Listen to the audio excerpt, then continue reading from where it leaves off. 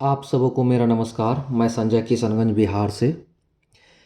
चलिए, अब हम लोग 10वीं कक्षा के गणित पुस्तक को पढ़ते हुए आगे बढ़ रहे हैं और 10वीं कक्षा के गणित पुस्तक में प्रश्नावली 3.2 के प्रश्न संख्या 2 में चलेंगे और ये है दो चर वाले रैखिक समीकरण युग्म से संबंधित प्रश्न। तो जरा देखिएगा, 2 नंबर में क्या कहा जाता है। अनुपातों A1/A2, B1/B2 और C1/C2 की तुलना कर ज्ञात कीजिए कि निम्न समीकरण युग्म द्वारा निरूपित रेखाएं एक बिंदु पर प्रतिच्छेद करती है। पहला बात। दूसरा, समांतर है अथवा समपाती है, ये हमें बताना है। और समीकरण कौन सा है, देखिए यहाँ 1 नंबर 2 नंबर के पहला सवाल में दिया है ये समीकरण और दूसरा ये समीकरण, फिर 2 नंबर में ये समीकरण, फिर दूसरा ये समीकरण। इस तरह से 3 सवाल आपको दिए गए हैं। तो सबसे पहले हम आपको ये बताएं कि इस समीकरण में A1 कौन सा है, B1 कौन सा है, ये आप जान जाइए और इससे संबंधित जो फॉर्मूला है, सूत्र है, उसको भी जान जाइए। तब जाके आप कह पाइएगा कि किस तरह से प्रतिच्छेद करती है या समांतर है या फिर समपाती है। इस चीज को आपको जानना जरूरी है। चलिए कुछ बताते हैं। कुछ स्पेशल है 3.2 में और दूसरे नंबर प्रश्न में। एक्सरसाइज है एक्सरसाइज 3.2। हम लोग पढ़ रहे हैं मैथमेटिक्स और क्लास है हमारा 10th। क्लियर। चलिए, सबसे पहले आप जानिए कि A1 A2 B2 क्या है। ठीक है ना। सबसे पहले आप ये जानिए, यहां पर कुछ समीकरण है। सबसे पहले हम पहला 2 नंबर का ही पहला जो समीकरण है उस चीज को आपको लेकर हम समझाते हैं। 2 नंबर के जो प्रश्न है उसका पहला सवाल, ठीक है, उसका पहला सवाल में दिया है आपको 5x - 4y + 8 = 0। ठीक है। दूसरा दिया है, इसी का समीकरण दिया है आपको 7x + 6y - 9 = 0, ये दिया हुआ है। तो इस तरह के समीकरण में, जैसे आपको पहले हमने सिखाया था कि आप व्यापक समीकरण से संबंधित कुछ प्रश्न को पढ़े थे। द्विघात समीकरण में, द्विघात बहुपद वाले समीकरण में द्विघात का जो व्यापक समीकरण होता था वो भी आपको हमने बताया था। जिस तरह से सेम टू सेम इसी तरह से होगा। जैसे आप एक बात देखिए, यहाँ पर इसका गुणांक इस समीकरण में, पहला समीकरण में देखिए x का गुणांक क्या है, 5। तो पहला समीकरण में जितने आपके गुणांक हैं उसको आप ले लीजिए। जैसे देखिए इसमें x का गुणांक क्या है, 5, तो A1 बराबर हो गया हमारा 5। क्लियर। और y का गुणांक क्या है, -4, तो B1 बराबर हो गया -4। और ये अचर पद, ये हमारा C1 हो गया, C1 बराबर हो गया 8। क्लियर। ये समीकरण 1 से हमने निकाला। अब समीकरण 2 में हम जाएंगे। समीकरण 2 में क्या है, देखिए x का गुणांक क्या है, 7। तो ये हमारा a तो हुआ, a का गुणांक हुआ, तो हमारा क्या हुआ, A2 हुआ। A2 बराबर क्या हुआ, 7। और ये हमारा B2 है यानी y का गुणांक, तो B2 हमारा क्या हो गया, b के जगह पर है ना। देखिए अब हमारा हो गया 6, प्लस माइनस का भी ध्यान रखना है। और C2 बराबर क्या होगा, -9। क्लियर, समझ गए। इस तरह से हम A1 A2 B1 B2 या C1 C2 निकालेंगे। तो A1 B1 और C1 हमेशा हम समीकरण 1 से निकालेंगे। क्लियर। और A2 B2 और C2 हम हमेशा समीकरण 2 से निकालेंगे। क्लियर। इस तरह से हम निकालेंगे। और इसमें एक बात और जानिए, क्या जानिए, कि कब हमारा संगत होगा, कब हमारा असंगत होगा, या फिर कब हमारा समपाती रेखाएं होंगी, कब हमारा समांतर रेखाएं होंगी, कब हमारा प्रतिच्छेद करती हुई रेखाएं होंगी। इस तरह से हम जानेंगे। तो आपके पुस्तक में भी दिया गया है। देखिए आपके पुस्तक में क्या दिया गया, ये चीज़ देखिए आपके पुस्तक में क्या दिया गया। इस फॉर्मूला सारणी को आपको याद करना है। देखिए कहाँ से, यहाँ से आपको यहाँ तक याद करना है। क्लियर, याद करना पड़ेगा। देखिए इस चीज़ को आपको याद करना पड़ेगा। देखिए क्या कहता है, A1/A2 नॉट बराबर B1/B2 जब होगा तो क्या होगा, प्रतिच्छेद करती हुई रेखाएं होंगी और इसका केवल एक ही हल होगा। देखिए लिए केवल एक ही हल होगा। क्लियर। दूसरा, A1/A2 बराबर B1/B2 बराबर C1/C2 होगा तो समपाती रेखाएं होंगी, और समपाती रेखाएं क्या करेगा, अपरिमित रूप से अनेक हल करेंगे। ठीक है। और तीसरा देखिए, A1/A2 बराबर B1/B2 बराबर नहीं है C1/C2 के, तो समांतर रेखाएं होंगे और इसका कभी भी कोई हल नहीं होगा। तो इस चीज को समझिए। देखिए A1/A2 not equal to B1/B2। Clear. ये होने पर क्या होगा, आपकी रेखाएं ऐसी जाएगी, ऐसे और ऐसे। इसका मतलब ये हुआ किसी जगह पर किसी बिंदु को काटेगा, काटेगा तो यही हुआ प्रतिच्छेद करती हुई रेखाएं, यही हुआ। ये जो बिंदु है ये प्रतिच्छेद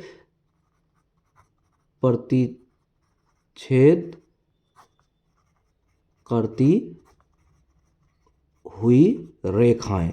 तो हमारा दो रेखाएं गई, एक ये रेखाएं गई और एक ये रेखाएं गई। तो एक जगह पर प्रतिच्छेद किया, तो इसीलिए प्रतिच्छेद एक जगह पर किया, इसलिए इसका एक हल होगा, इसलिए इसका एक हल होगा। कितना हल होगा, एक हल होगा। क्लियर, एक हल होगा और प्रतिच्छेद करती हुई रेखाएं होंगे। और एक बात और याद रखिएगा, जब कभी आपको इस तरह के सवाल हो और प्रतिच्छेद करती हुई रेखाएं के बारे में कहा जाए और एक हल होगा, या जितने भी हल होगा, हल अगर होगा तो संगत होगा। याद रखिएगा, अगर हल होगा तो उसको हम संगत कहेंगे, क्योंकि आगे इससे संबंधित प्रश्न होगा। संगत होगा, समझ गए, संगत होगा। अगर एक हल है या अनेक हल है तो संगत होगा, और कोई भी हल नहीं है तो असंगत होगा। कोई हल नहीं है तो क्या होगा, असंगत होगा। और अगर कोई भी हल है या फिर एक हल है तो उसे संगत कहेंगे। क्लियर। और प्रतिच्छेद करती हुई रेखाएं A1/A2 और नॉट बराबर B1/B2 होगा तो एक हल होगा। क्लियर। अब आइए दूसरा बात में। दूसरा बात है क्या है, A1/A2 बराबर B1/B2 और क्या है, बराबर C1/C2। तो इस तरह की अगर बात आ जाए तो ऐसी में रेखाएं कैसी होती है, समपाती रेखाएं। समपाती रेखाएं, दो रेखाएं होंगी और समपाती होगी। समपाती का मतलब होता है, देखिए यहां पर समझिए, समपाती का मतलब होता है, दो बिंदु यहां कर देते हैं और देखिए ये रेखा समपाती रेखा हुआ, तो ये एक रेखा और इसी के ऊपर दूसरा कोई रेखा चलेगा, इसी के ऊपर दूसरा फिर एक रेखा चलेगी, तो इसलिए इसको कहते हैं समपाती रेखाएं। और इस तरह से A1/A2 बराबर B1/B2 बराबर C1/C2 होगा, तो इसे समपाती रेखा कहेंगे। तो समपाती रेखा में क्या होता है, अपरिमित रूप से अनेक हल होते हैं। कैसा, अब मान लीजिए इसमें एक रेखा पहले से गया, एक रेखा पहले से गया, यहाँ पर अनेक बिंदु हैं, अनेक बिंदु हैं, तो अनेक बिंदुएं हैं जिसको हम गिनती ही नहीं कर सकते। तो उसी के ऊपर से फिर एक रेखाएं अगर गुजर जाए तो वो सारे बिंदुओं को टच करते हुए यहाँ तक गई ना, तो इस तरह से क्या हो गया, ये अनेक हल हो गए। इसके क्या हो गए, अनेक हल। इसलिए इसको कहते हैं अपरिमित रूप से अनेक हल। समपाती रेखाओं में क्या होता है, अपरिमित रूप से अनेक हल होंगे।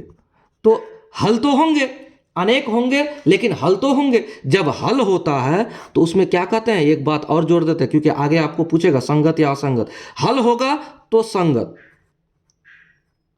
क्लियर, और हल नहीं होगा तब असंगत। क्लियर, यहां तक समझ गए।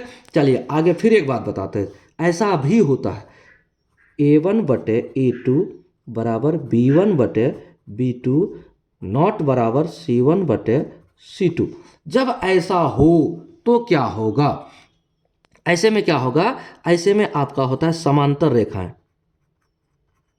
समांतर रेखाएं क्या बनती है?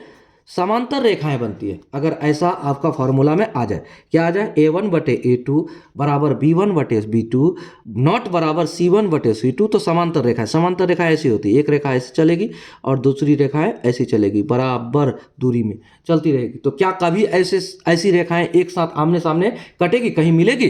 तो ऐसा कभी नहीं होगा। जब कभी नहीं होगा तो इसका कोई भी हल नहीं होगा। तो इसका कोई भी हल नहीं होगा, तो लिख सकते हैं कोई हल नहीं। तो कोई हल नहीं, तो हल नहीं है तो इसको असंगत कहेंगे। यह भी बात जान जाइए, हल नहीं है तो असंगत, और कोई भी हल है या अनेक हल हैं तो संगत, या फिर एक हल है तो भी संगत, और हल नहीं है तब असंगत। और समांतर रेखाएं कैसे कैसे होंगी? जब इस प्रकार के फॉर्मूला में आएगा तो समांतर रेखाएं, और उसका हल नहीं होगा कुछ भी। और आगे यानी कि आपको 3 फॉर्मूला हमने बता दिया टोटल मिला के, ठीक है। अब इसी से संबंधित आपको प्रश्न जो हैं हल करते हुए निकलेंगे आगे हम लोग। चलिए अब हम लोग क्या करते हैं, 2 नंबर के प्रश्न संख्या को अब हल करते हैं। चलिए आगे बढ़ते हैं। चलिए ध्यानपूर्वक देखिएगा, जो समझाना था हमने आपको समझा दिया। अब चलिए 2 नंबर के प्रश्न संख्या 1 का हल करते हैं हम। 2 नंबर के प्रश्न संख्या 1 का हल करते हुए क्या जाएंगे? 5x प्लस माइनस है 5x माइनस 4y प्लस 8 बराबर 0। तो ये हमारा समीकरण 1 है। और दूसरा क्या है? 7x प्लस 6y माइनस 9 बराबर 0। ये समीकरण 2 है। क्लियर, समझ गए? हो गया। तो अब देखिए इसमें क्या है, यहां पर आपको दिया है, क्या दिया है? ये समीकरण दिया। तो अब आप ये देखिए कि समीकरण जब दिया है तो इसमें a1 और b1 c1 ये सब क्या है, यहां लिखिए आप। यहां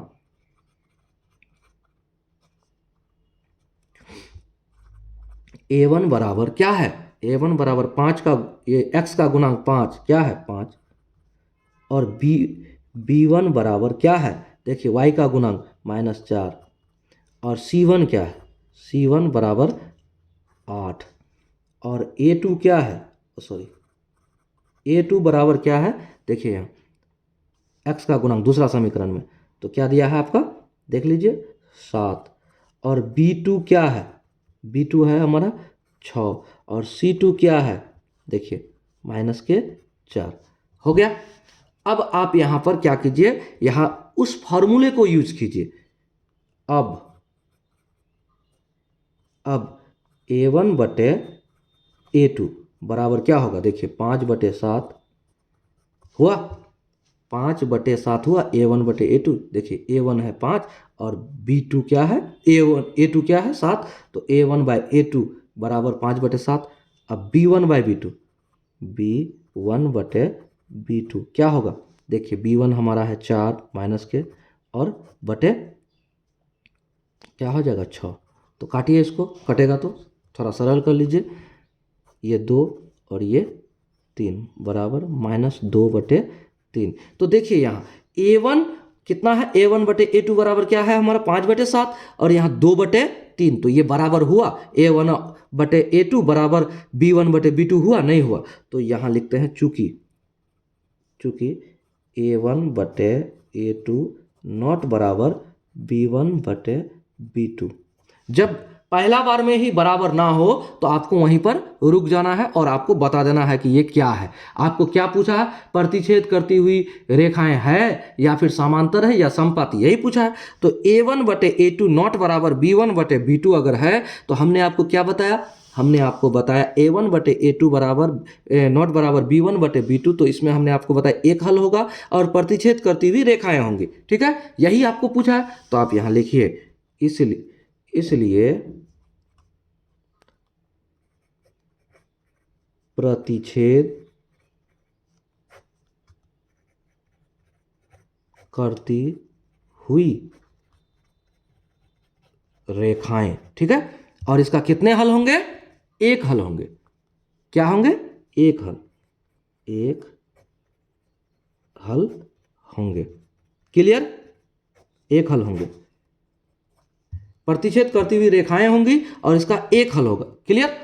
अगर इस तरह के सवाल हो तो, और ऐसे ही सवाल आगे है, तो इस तरह से अगर आ जाए बात और कहता है एक हल होंगे, तो वो क्या होगा? संगत भी होगा। वो क्या होगा? संगत भी होगा। तो संगत तो हमें पूछा नहीं, तो हम संगत नहीं करें, इसका जवाब यहीं तक पूरा हो गया। क्लियर? समझ गए? यहां तक समझ गए होंगे कि पहला नंबर जो सवाल है हमने किस तरह से हल किया। ये आपका दो समीकरण है, जहां से A1 B1 और C1 निकला, फिर दूसरा समीकरण से A2 B2 C2 निकला, और उसको हमने A1/A2 बराबर निकाल दिया इससे, और B1/B2 बराबर निकाल दिया इससे। जब A1/A2 नॉट बराबर B1/B2 हुआ, तो प्रतिच्छेद करती हुई रेखाएं होंगी और इसका कितने हल होंगे? एक हल होंगे। ये हमने जवाब दे दिया। ठीक है, अब चलते हैं हम लोग प्रश्न संख्या 2 के दूसरा जो सवाल है उस पर। ठीक है,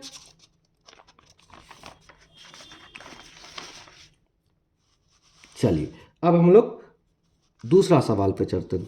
2 नंबर का दूसरा सवाल समझिएगा। 2 नंबर का दूसरा सवाल हमें दिया है क्या? हल कर लेते हैं, पहले लिख लेते हैं हल। दिया है भाई, क्या दिया है? तो दिया है 9x प्लस 3y प्लस 12 बराबर 0। ये हमें समीकरण 1 दिया। क्लियर? समझ गए? फिर आइए 18x प्लस 6y प्लस 24, ठीक है, बराबर 0। ये हमें समीकरण 2 दिया है। यहां तक तो क्लियर है। अब क्या है? यहां लिख लीजिए, यहां A1 बराबर समीकरण 1 से 9, B1 बराबर 3 और C1 बराबर क्या होगा? प्लस माइनस का ध्यान रखिएगा। C1 बराबर 12। ठीक है, अब आइए B1 इसमें समीकरण 2 में, तो A2 बराबर क्या होगा? 18 और B2 बराबर क्या होगा? 6, C2 बराबर 24। क्लियर? अब आप चलिए क्या बनाइए, आप उस सूत्र में चलिए। अब A1/A2 बराबर क्या होगा? चलिए 9/18 होगा कि नहीं होगा? 9/18 होगा। तो काट के हम लोग छोटा करते हैं इसको, सरल रूप। 9 एकम 9, 9 दूना 18 बराबर 1/2। क्लियर?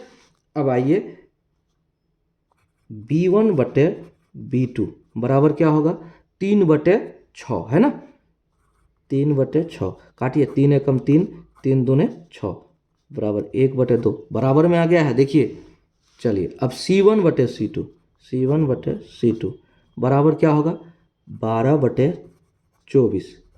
काटिए, 12 एकम 12, 12 दूना 24 बराबर 1/2 आया। तो यहां तीनों बराबर है।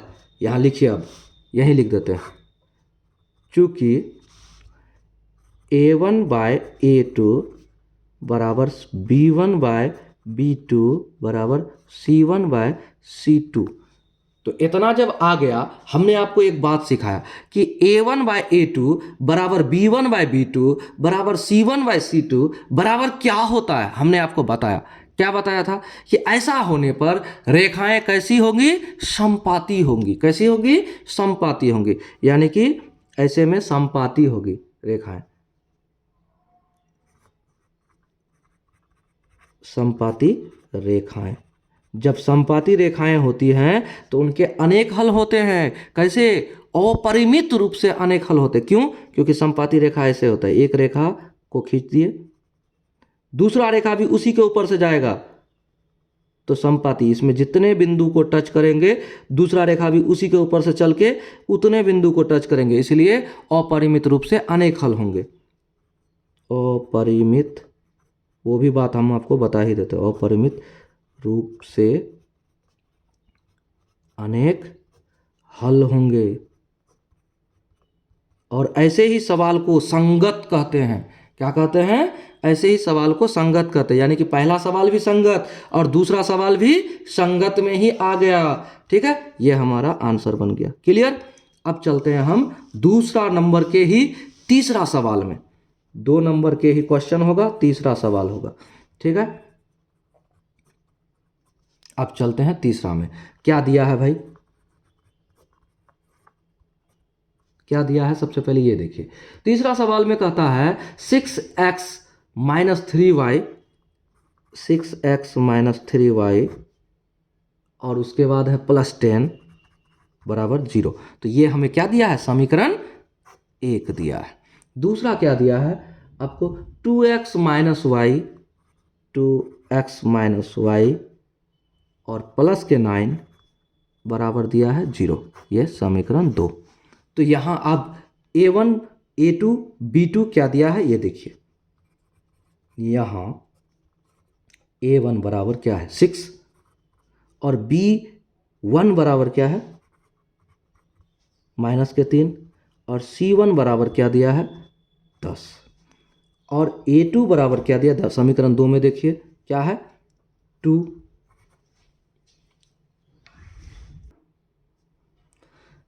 A2 बराबर 2, उसके बाद B2 बराबर क्या दिया है?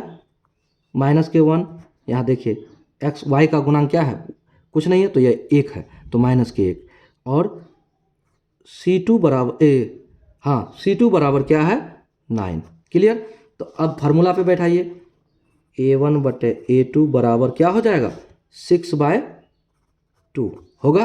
काट के छोटा कीजिए, 2 तिया बराबर 3 और A यहाँ हो जाएगा B1 बटे B2 बराबर क्या हो जाएगा हमारा? -3 बटे -1, तो माइनस माइनस कट गया बराबर 3।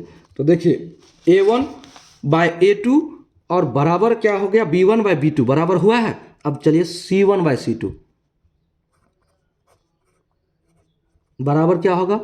10/9। तो क्या 10/9 इसके बराबर है? नहीं है। अब यहां लिखिए आप, चूंकि A1/A2 बराबर B1/B2 not equal to C1/C2 हो गया। तो इस तरह के सवाल में हमने आपको क्या बताया था कि ऐसा जब भी हो जाए A1/A2 बराबर B1/B2 नॉट बराबर C1/C2 होगा, तो कैसा होगा? इसका समांतर रेखाएं होंगे। कैसे? समांतर। इसका क्या होगा? समांतर रेखाएं। ये आंसर है, समांतर रेखाएं। ये हमारा जवाब हो गया। ठीक है, तो समांतर रेखाएं कैसी होती है? एक रेखा ऐसे गया, दूसरा रेखा ठीक उसी तरह से चलते रहेगा। तो क्या ये आपस में कभी मिलेगा? नहीं मिलेगा। जब नहीं मिलेगा तो इसका कोई हल नहीं होगा। क्या होगा? कोई हल नहीं होगा। ये भी हम आपको ये एक्स्ट्रा बता रहे हैं, कोई हल नहीं होगा। आपका जवाब यहीं तक है, ये यहीं तक है, ये आपका आंसर है। ये हम आपको अलग से बता रहे हैं कि इसका कोई हल नहीं है। और जब हल नहीं है तो असंगत होता है, क्योंकि आगे इसी से जुड़ा हुआ प्रश्न है, अगला जो प्रश्न है। ठीक है, ये आपका जवाब बन गया। तो देखिए इस तरह से हम लोगों ने पूरा कर लिया।